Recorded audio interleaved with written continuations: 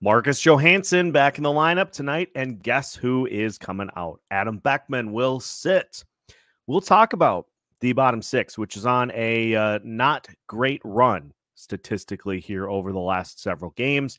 We'll try to sort out the players that should be in and should be out, as well as previewing tonight's game against the Arizona Coyotes today on Locked on Wild.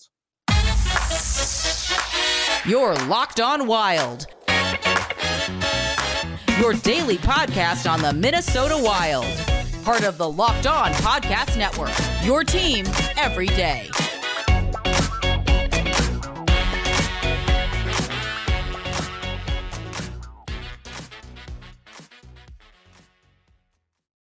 What is happening, everybody? Welcome into another episode of Locked on Wild, your daily Minnesota Wild podcast. Part of the Locked On Podcast Network, your team every day. Thank you, as always, for making Locked on Wild your first listen each and every day. Make sure you subscribe on YouTube and your favorite podcast platform so you don't miss out on any new episodes throughout the week. Today's episode of Locked on Wild is brought to you by Sleeper. You can download the Sleeper app and use promo code LOCKEDONNHL to get up to a $100 match on your first deposit. Terms and conditions apply. See Sleeper's terms of use for details. On today's episode of Locked on Wild, we gear you up for tonight's game by taking a look at the not surprising change in the lineup as Marcus Johansson slots back in. We'll talk about why Adam Beckman actually deserved more than he got in these three games. We'll take a look at how the bottom six should shuffle out as well, with the impending NHL debut of Marat Huznadinov expected on Thursday. My name is Seth Topal, your daily Minnesota Wild insider, credentialed member of the Minnesota Wild media landscape. And honestly, I'm not surprised, but I'm still annoyed. Adam Beckman out of the lineup because Marcus Johansson is ready to return off of injured reserve.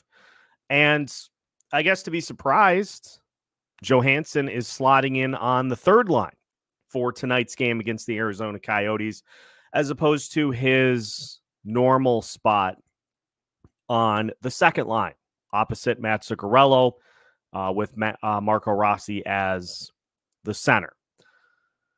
And there's a lot of debate on Twitter today. First off, I don't agree with the call. I think Adam Beckman has shown over the last few games that he certainly has a little something to his game to where he warranted, I think, more opportunity in the lineup as opposed to just being a fill-in for one of the regulars that have not given you really anything of substance over these last 16 games. It was a tweet from Michael Russo against the Nashville Predators. The Minnesota Wild have, over the last 16 games, not had a 5-on-5. They've not had an even strength goal from their bottom two lines in 16 games. And Ryan Hartman scoring against Nashville, he was on the second line when he did. So that stretch continues of the bottom six not being able to provide that soft counterpunch to what the top line has been doing. Kaprizov, Boldy, and Eriksson Ek have been carrying this team for a considerable length of time. In fact, if you look at the stats, courtesy of NHL.com, in that same 16-game span, listen to the hierarchy for scoring over those 16 games. Kirill Kaprizov, 12 goals, 13 assists, 25 total points. Joel Eriksson Ek, 8 goals, 13 assists, 21 total points. Matt Boldy, 8 goals, 11 assists, 19 total points. Matt Zuccarello, even 15 games. He has 15 points. He's got 3 goals, 12 assists. Ryan Hartman, his first goal in 20 games, I believe, against the Nashville Predators. He's got 11 points in that span. Then you got Jonas Brodin, who has 6 goals over the last 15 games, 9 total points. Brock Faber has 8 And after that, it is just kind of a who's who of production. And you have multiple players in the bottom six who have not, from a points perspective, had more than 2 or 3. We'll start with Marcus Johansson. In that 16-game span, he's played 12 games. He's missed the last few. He has 3 total points in those 12 games that he's played, a goal and 2 assists. Vinny Lettieri, 3 points in 16 games over that stretch. Jacob Lucchini has a goal and an assist, 2 points in that stretch. Freddie Gaudreau with a goal and an assist, 2 total points in 15 games in that stretch. The Lucchini goal was a power play goal. Freddie Gaudreau, if I recall correctly, that was a power play goal too. But then you've got Marcus Foligno, who came back to the lineup, and his game-winning goal against the Chicago Blackhawks was the last bottom 6 goal that this team has scored. Mason Shaw has 1 point in 5 games since he came back into the lineup, and then Adam Beckman with 1 point in 3 games since he came back into the lineup. But it goes so much more beyond, because what do we use as metrics for contributions? It is also important to acknowledge that your expected contributions for particular other lines are not the same. Your fourth line is always going to be kind of a physical change of pace type line. So you're not asking those guys to be dynamic scorers by any stretch. But you look at, especially in the top 6, especially in the top 9 even, the metrics at which performance is evaluated by how you are contributing to the overall presence of the line that you occupy. And I'm going to beleaguer the point here, because Marcus Johansson, in those 12 games, 10 shots. He is not even averaging a shot per game in that span. Freddie Gaudreau, in 15 games over this spell, in which the bottom 6 has struggled because they have been trying to kind of find those right mixes. In that 15-game span, Gaudreau has 21 shots on goal. Jacob Lucchini has 10 shots in 16 games. Vinny Lettieri has 13. Adam Beckman was only credited with 1 shot on goal in the 3 games that he played, but he had many more attempts. I'm here to tell you that he had many more attempts in those 3 games than the 1 shot that he had that was registered on goal. Marco Rossi, by extension, he's got 4 goals and an assist in the last 16 games, 42 shots in that span. And so you talk about metric of like, how are you contributing to what your line is doing? Shots is the simple barometer to kind of check where you're at and what you are doing over a particular span of games. The fact that you've got guys that are playing in key roles, averaging under a shot per game, is just frankly kind of astonishing. And this is I think another way to better sell what has been going on here recently. Declan Chisholm has played 12 games in that span, this 16-game stretch, which is basically post All-Star break.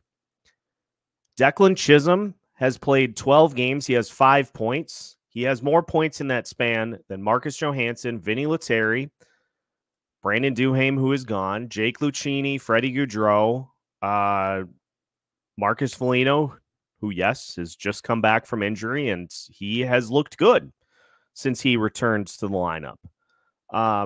But you've got these guys that are just not giving you a ton, other than simply being like passengers, like being just cardio minute types on these lines. And there's some physical play here or there. There are some hits. There's maybe some face-off wins, but this team, we have seen it, especially as the pressure ramps up on these games going forward. We've seen what happens in the games that the Wild lose. It's when the top line faces defensive pressure that can slow them down, and nobody else is there to step up. And so, yeah, I know your third line is going to be more of a physical grind type line, and your fourth line is always a change of pace, kind of a spark plug line. But you can be a spark plug line and still get shots on net. You can be a physical, grinded out type line and still get shots on net. And so we sit here before tonight's game in which Adam Beckman will sit in the press box. And what are you telling him? What are you telling him for his performance over these last 3 games? Is that, well, you know, you played really well, but we got to find a way to get Johansson into the lineup. We got to find a way to keep Freddie Gaudreau into the lineup. And for all the comments that have been popping up, I've seen them throughout various videos here, and it's a novel concept. But for all the people who suggest that they're being showcased, trade deadline's over, and we're still seeing these things happen. Now, encouraging that Johansson is not being thrust directly into the second line spot that he's occupied basically through thick or thin all season. And I have a theory as to why that is. So we will discuss that, as well as just taking a look at who should be in, who should be out in the bottom 6 as we continue today's episode of Locked on Wild. We'll sort out and try to rearrange the deck chairs a little bit after this. Today's episode of Locked on Wild is brought to you by Sleeper. We are moving through to the final push of the season, and whether your team is in or fighting to try to get back into the postseason picture, you can still win big by playing daily fantasy hockey on Sleeper, the official daily fantasy app of the Locked on NHL Network. Sleeper is our #1 choice for daily fantasy sports, and especially daily fantasy hockey. Because with Sleeper, you can win 100 times your cash in daily fantasy hockey contests. All you have to do is pick whether your favorite Minnesota Wild players, like Kirill Kaprizov, Matt Boldy, Joel Eriksson, maybe Brock Faber, maybe Ryan Hartman, will record more or less than their Sleeper projections in categories like goals, assists, saves, plus, minus, or more in a given game. To win a 100 times bet on Sleeper, you need to correctly predict the outcome of 8 player stats. You heard me, Wild fans. You can win 100 times your money playing daily fantasy hockey with Sleeper. So start paying attention and nail your picks so you can start winning big. Use promo code LOCKEDONNHL and you'll get up to a $100 match on your first deposit. Terms and conditions apply. That's code LOCKEDONNHL. See Sleeper's terms of use for details and locational availability. Welcome back to today's episode of Locked on Wild. Once again, we thank you for making Locked on Wild your first listen each and every day. Reminder, we will have you covered after tonight's game with yet another Locked on Wild postcast, recapping what happens for tonight's matchup against the Arizona Coyotes. So make sure to hop in and join us after the action is done and the post-game interviews have all taken place. So just continuing the conversation here as we get set for tonight's matchup against the Arizona Coyotes, I did want to go to kind of an interesting exchange on Twitter or X and just look at some of the things in which were kind of reaction to the news that players like that Adam Beckman was out of the lineup and Marcus Johansson has been put back in. So Michael Russo tweeting 6 hours ago, Beckman out, Foligno playing, Johansson back. Fleury will start. Kuzmadinov will be in all the meetings today, but won't warm up since he's not playing.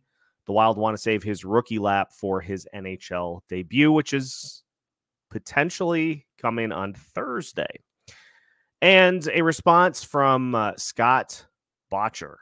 This reminds me of your recent podcast with Anthony LaPanta. Beckman or other youngsters can't show his or their abilities or lack thereof from the press box, and guys like Johansson and others who are struggling take ice time better used to evaluate the youngsters. And Anthony LaPanta quote tweets it and says, career 82-game scoring pace. Marcus Johansson is on average a 44-point guy over an 82-game season. Adam Beckman is at 10 points. Johansson in his struggling season is currently at 36. Beckman's career high in the AHL is 48. Beckman is a nice player, but hasn't outperformed Lettieri, Lucchini, or Shaw, let alone Marcus Johansson. And I want to read you some of the responses. Justin Wiggins on Twitter of Hockey Wilderness. The difference here is Beckman hasn't been stapled to Boldy, Zuccarello, or Rossi all season long. Johansson's 36 points is a product of his environment, not him. Beckman was never given the environment, and I'm not high on Beckman at all, but in your scenario, it's not comparable. This is the key point about this, and the key point that a lot of people keep bringing up.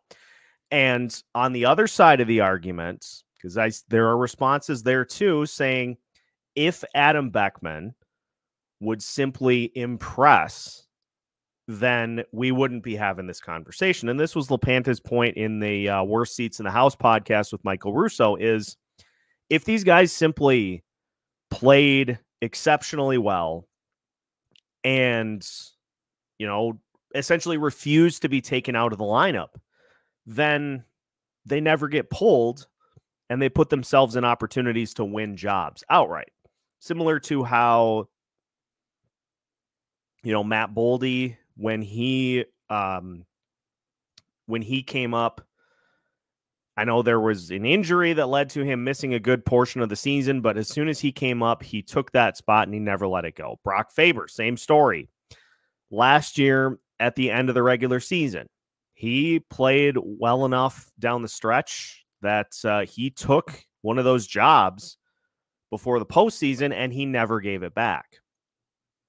I understand that side of it, but we can't sit here and say that Adam Beckman has been given the same type of opportunities that a guy like Marcus Johansson has been given, because he hasn't. He was last year on the fourth line. He has been given third line opportunities this year. It's the same thing for any other prospect that we've seen over these last few years. They are pushed into a supporting role on the third or the fourth line and put with guys who are in those types of roles for a reason. And so, respectfully, it is not even remotely the same thing. Like, Marcus Johansson is playing a role up until tonight, playing a role on that second line in which you feel like you could be getting a ton more if whoever was taking that spot would contribute a little more. That's why Ryan Hartman in the last two games has looked so much better in that spot. And that spot has started to produce goals because he shoots the puck. He is, by definition, doing more than Marcus Johansson is doing in that spot. And so it's a situation where you have to, and we're in the great divide as this season goes along, because as this team continues to push for the playoffs, there are going to be fewer and fewer opportunities, Marat Huznadinov aside. There are going to be more instances in which this team does not want to risk a young player making a mistake, because a mistake could cost you. A mistake could cost you a game you can't afford to lose. Otherwise, you may not be able to get to the postseason. But here's where that line of thinking is incorrect. By and large, rookies, unless they are just so far and away above their head, by and large, they give you a lot more than you expect, because turns out they are capable of handling high elevation spots and impressing in those spots. As one of the commenters on this LaPanta tweet suggests, Marcus Johansson has totaled 44 points or more. That number 46, his season high once since 2018. This is the 100%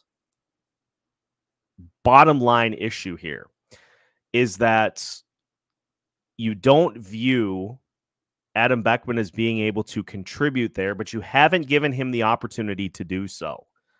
And so to say that he's not capable of doing it frankly, it's not right. Because how do you know? How do you know? And I'll tell you for a fact, because we've all seen it, you could be getting more from that spot. Ryan Hartman came in and has just shot the puck the last couple of games, and that line has started to contribute. We're not asking for Leon Draisaitl to hop into that line and carry that team. They just need somebody that can get shots on net and can help contribute offensively. That's all it is. In 34 minutes played with Matt Boldy and Joel Eriksson last year, Adam Beckman had an expected goals for per 60 of 2.26 and a Corsi 4 per 60 of 73.5. In 34 minutes played this year, his expected goals for per 60 is at 1.28, and his Corsi 4 per 60 is at 42.48. That's from Hayden J. Roslansky on Twitter. Production heavily relies on the quality of your line mates. If you have an offensive prospect, don't staple them together to grinder, guys. That's all we're saying. That's all we are saying in our pursuit to just try to see what these prospects have. Give them an opportunity to get a little help, which is why I think that second line spot is a perfect opportunity. And this may be why we've seen Ryan Hartman continue to occupy that spot. On one side of the coin, that line has performed well since he got there. On the other side, I would just be elated if Marat Huznadinov debuts on that second line wing spot. We'll get him in at center. Honestly, I would rather see him play third line center, second line wing. I think is the perfect combination for how to do this. And so maybe Ryan Hartman's just locking that spot down until Huznadinov's debut. And then maybe Huznadinov will take that spot and never let it go. But folks, the summation of what we're talking about is you don't know that a player can't handle a spot unless you try them there. That's all we're saying. Let's take a look at some of the particulars for tonight's matchup against the Arizona Coyotes. We will do so to wrap up today's episode of Locked On Wild after this. Today's episode of Locked On Wild is also brought to you by eBay Motors. Passion, drive, and patience. What brings home the winning trophy is also what keeps your ride or die alive.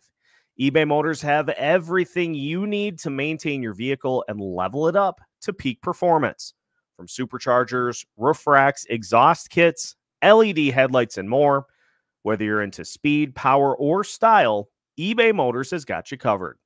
And with over 122 million parts for your number one ride or die, you'll always find exactly what you're looking for. And with eBay Guaranteed Fit, your part is guaranteed to fit your ride every time or your money back. Because with eBay Motors, you're burning rubber, not cash. With all the parts you need at the prices you want, it's easy to turn your car into the MVP and bring home the win. Keep your ride or die alive at ebaymotors.com. Eligible items only. Exclusions apply. eBay Guaranteed Fit only available to U.S. customers. Final segment of today's episode of Locked On Wild. Once again, we thank you for making Locked On Wild your first listen each and every day. Reminder to join us after tonight's game for another Locked On Wild postcast. We'll recap all of the action and we'll see who had the biggest impact in tonight's game. Wild taking on the Coyotes, Arizona going the wrong way. 26, 34, and 5. Heading into tonight's game, they're 10, 18, and 5 on the road. The Wild are 31, 27, and 7, or 31 and 34 for those who understand that overtime losses are just losses that take longer. Looking at the particulars here today, big loss for the Coyotes. Barrett Hayton is not going to play here tonight.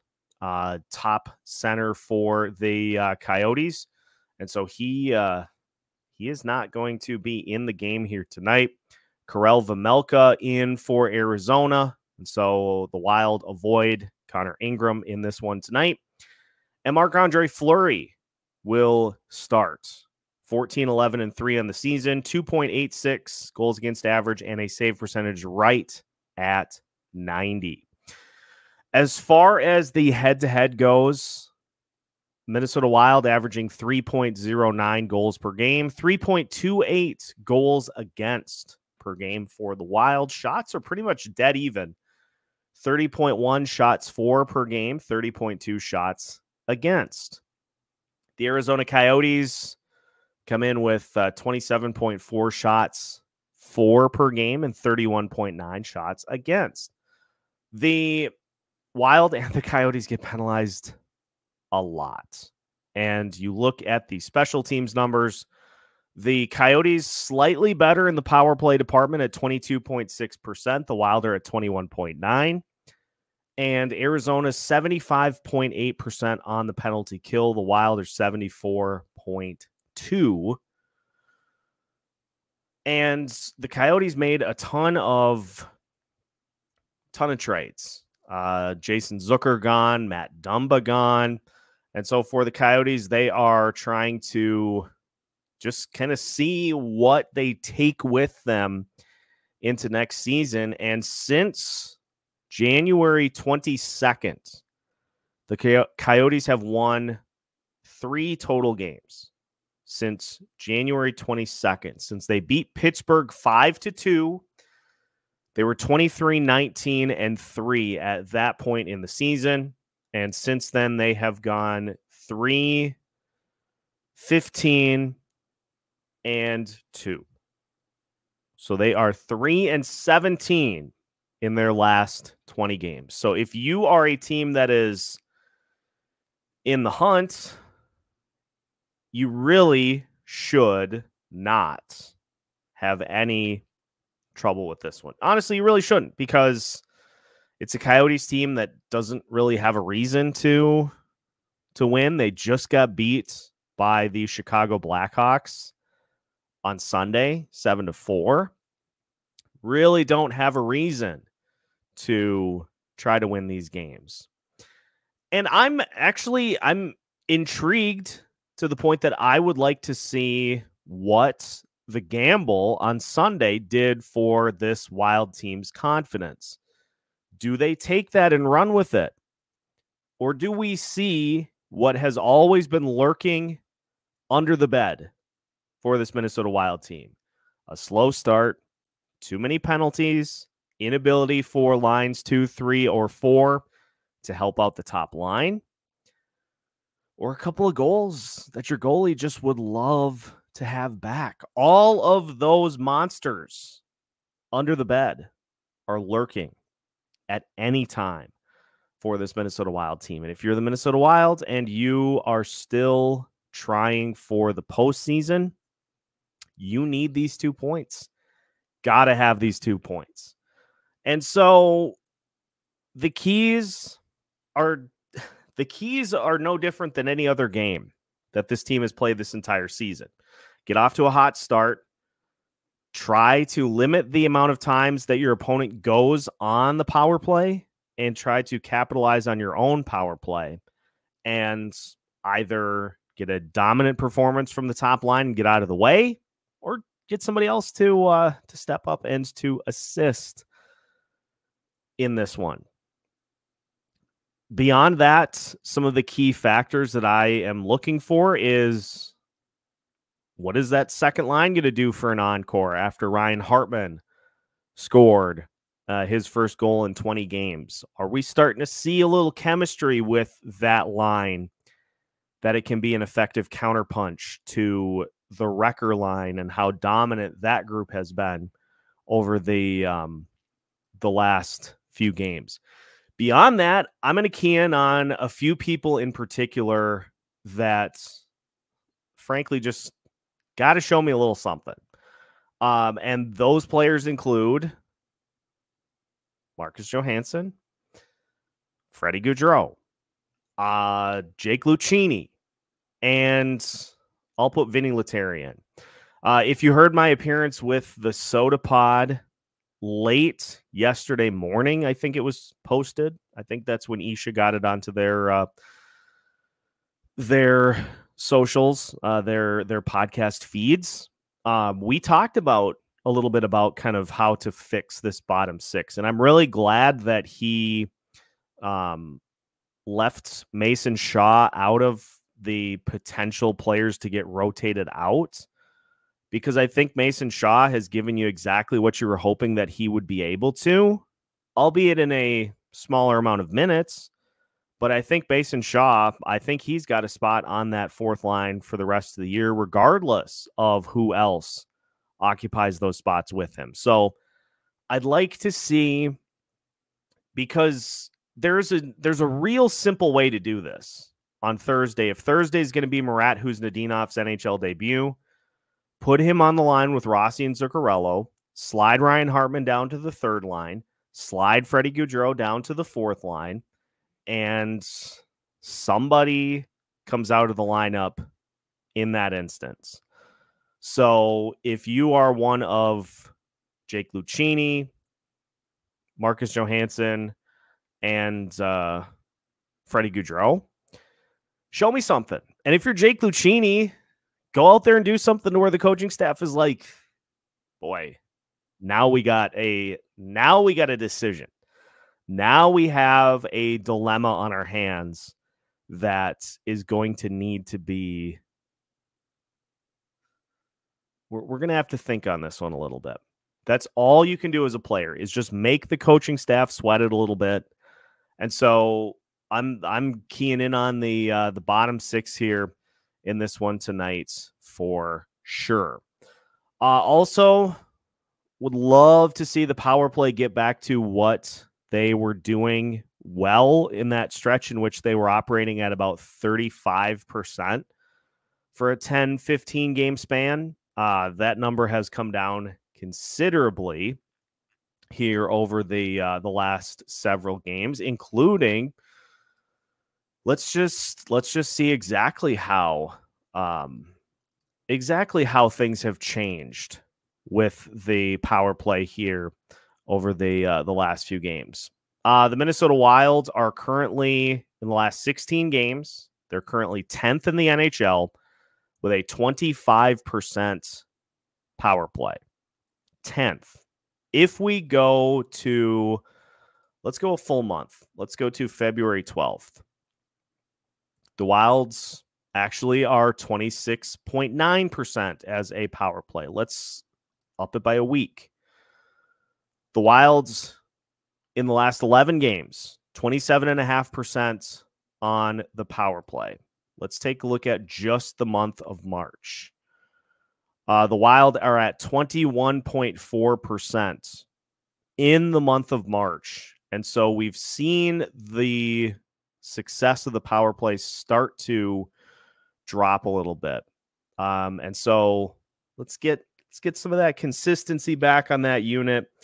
And this will be a common refrain that that gets mentioned here over the final few games of the season.